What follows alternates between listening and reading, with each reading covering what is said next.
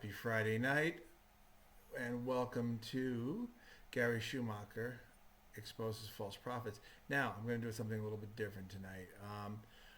Part of my background is I'm a former United States Navy sailor, and as you can see, I am wearing one of my old Navy ball caps from the USS LaSalle.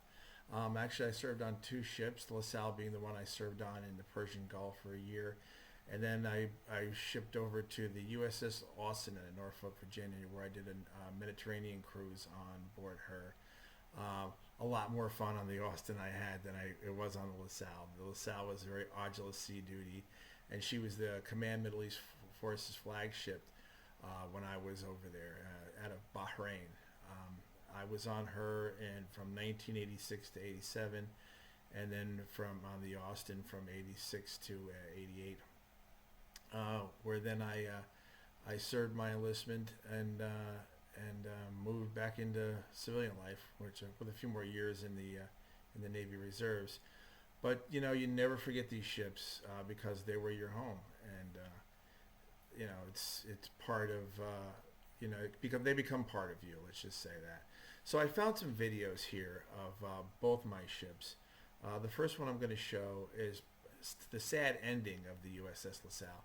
Not every ship, when it's retired, gets decommissioned or sent to the mothball fleet. Actually, she did for a little while. But what they did was they took her out and they used her as a target and sank her. Which is, even though it's a sad ending, I think I'd rather think of her sitting at the bottom of the sea than torn apart by some shipyard over here. So just give me a second here. I am going to put that over here. And we're going to play a little video of the demise of the USS LaSalle.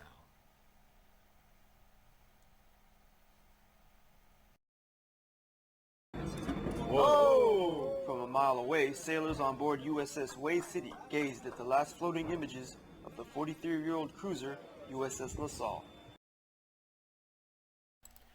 And for the record, and I hope some of my old shipmates see this, she was not a cruiser, okay? She was converted LPD, classified in AGF because she was a flagship. So, unfortunately, it looks like Navy News got it wrong again. But, yeah, I digress.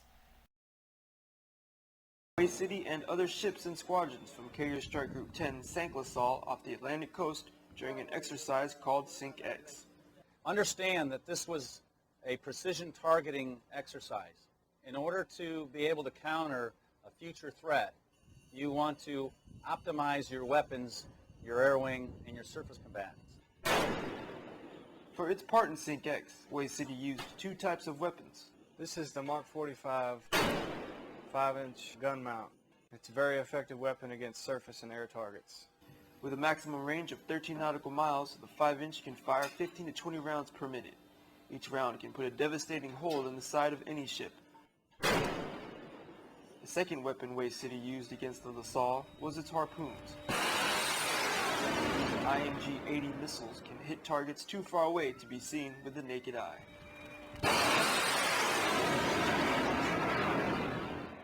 Shooting a harpoon, it's not many people get to do it, so I consider myself pretty lucky and then get to shoot two at one time. Of course, I was a little nervous, but everything went right. Sink X took place in one day with 10 different attack phases. Other ships hit the LaSalle with weapons different than Way City's, but no matter what, the overall objective remained the same: sink the ship. And on this day, the mission was accomplished. On board USS Way City, I'm Petty Officer Felicito Rustique.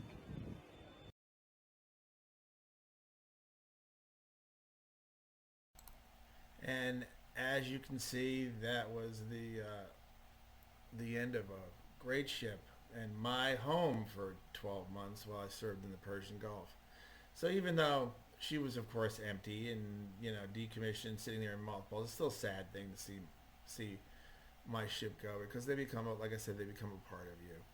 And hold on a second, I am going to go to full screen here again. There we are. And yeah. I found this several years ago. This was back in 2007, and that was, and I can't seem to get out of. Okay, And now I'm having a problem here. Bear with me. On July 17th, the rim pack for... Okay. I have to get out of here. All right. Exit full screen. There we go. There we go. Sorry about that. Now, also, I served on board another ship. Like I said, this was the fun ship for me. This was the USS Austin. Now, she was decommissioned way back when. And I've actually stayed pretty close with the sailors on board this ship because they were a fun crew. We were stationed in Norfolk, Virginia, and we went on a med cruise. We had a good time. You know, we weren't out there running around, not getting shot. I mean, when I was on the LaSalle, I wasn't getting shot at, but there were some scary times on the LaSalle. Let's just put it this way. And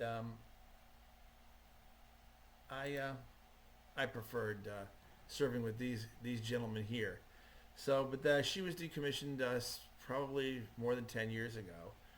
But this is just a little video they put together aboard her during Christmas time. So I want to play this for you real quickly.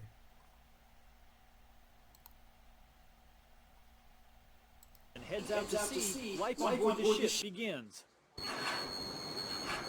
Thoughts shift from families to the tasks at hand.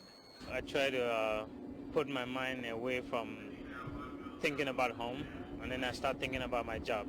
In a lot of ways, it's a sense of relief that we're finally underway and we're on our way doing what we trained to do for the last couple of years.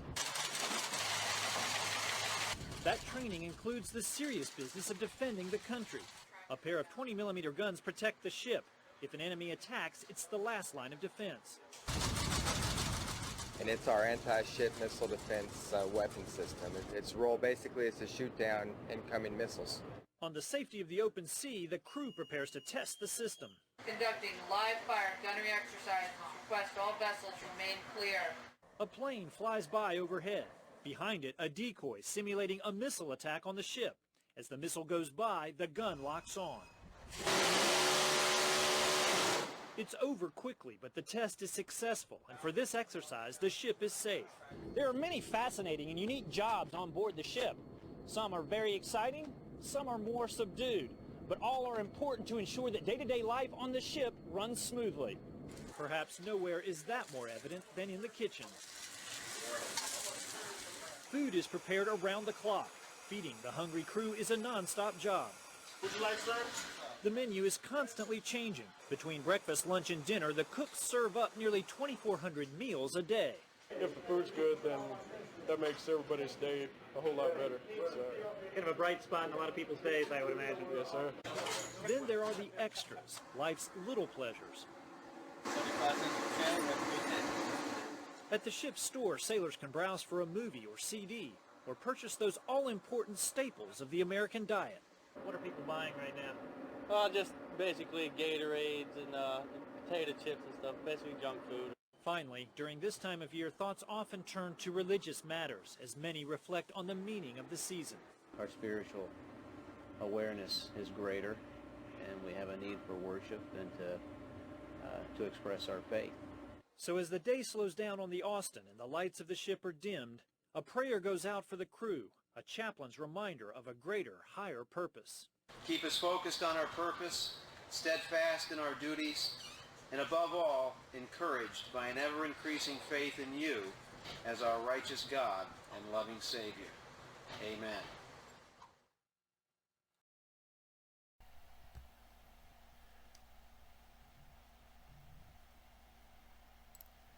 So that was the USS Austin, probably many years after I had served on her. But yeah, like I said, they do become a part of you as a sailor in a ship. And it's, it's a very trying time. It's hard work with these sailors, and especially the Austin, the Marines, because the Austin was an amphibious warship. So we actually carried more Marines on board that ship than we actually did than there were sailors. I believe there was a detachment of probably 650 to 700 Marines, maybe even more, and all their equipment, their tanks and their amphibious stuff. And we would have what they call Mike 8 boats and Mike 6 boats that would land them on the beaches, just like the D-Day landing type style things. And of course the helicopter pads. And it was, when we were doing these details, it was around the clock. I mean, day and night, night and day. If you got 4 hours sleep while you were at sea, or that was a lot. I mean, you could work all day long, and then you realize you got to stand at 8 to 12 watch, and then you stand at lookout watches, and you're steering the ship, and then it rotates, and then the following night you wind up on the 12 to 4 a.m. watch, and then it doesn't matter. Then you get to go to bed for a couple hours and get up and work all day on the ship again and do it all over again, day in and day out, and it's arduous, let me tell you. And there's sailors and Marines that are out there even today doing the same thing, defending our country, and God bless them for it, because where would we be without them, And that's why I love the military. I love this country, no matter who's running it. And that's one of the other reasons why I have this channel and I go out to these phony baloney prophets, because they try to wrap their arms around and bring in military veterans, and it's disheartening. I just don't like it, and that's why I started doing this. God brought me home from the Persian Gulf in one piece, and I thank him for that. But there were a lot of other people that went over there and served in all the campaigns we had, Desert Storm, Iraqi Freedom, and so on, that weren't as lucky as me. They didn't come home in one piece. As a matter of fact, they came home missing limbs, or they didn't come home at all, So think about that every time you see the American flag, or you see somebody stepping on it and disrespecting it, or disrespecting a veteran. Don't ever let that happen. I'll never will. I'm going to be 57 years old next month, and if I see to this day anyone disrespect my country and my flag, I think back of these brave men I served with, because back in the 1980s when I served, there weren't any women on combatant ships. There were just men. Now there's women serving. Ronald Reagan was president. He was a bit old-fashioned, and now there's women serving. So God bless the men and women, because there's a lot of women that have seen combat now and haven't come home either. So, we all give a little bit of ourselves, and we're lucky to. I'm lucky to be sitting here talking to you on my web camera tonight, because not a lot of them were that lucky. I get choked up sometimes, but that's why I keep my firm belief in God, and I just go through life as a happy veteran. When I first came home from the Navy, and I got married, a little part of me had a little bit of survivor's guilt for the people that didn't come home, because right after I left the Persian Gulf and I was waiting to go on my the USS Austin, the USS Stark got hit by a missile, and my ship, the LaSalle, had to help try to get the ship back into port, and it was all over the news. And here I am, I was just on the ship, and here my ship is on the news trying to rescue sailors and remove their bodies and things like that. It was a very hard thing to watch, and I thought for years, that could have easily been me, but God had other plans, and I hope that all those sailors that perished on board that ship are in God's kingdom, because they deserve to be there. Okay, well, I'm going to end this video tonight. Like I said, it was a little bit different. Not beating up on the false prophets tonight. Just wanted to give you a little bit of my personal life here, and I hope you would like to subscribe to my channel, because I'm trying to get the word out. and I need, I like to get some more subscribers and views because that helps push the algorithm. I keep hearing algorithm, and get the message out on this. So you guys have a blessed Friday night and a blessed weekend, and we'll be seeing you soon. God bless. Love you.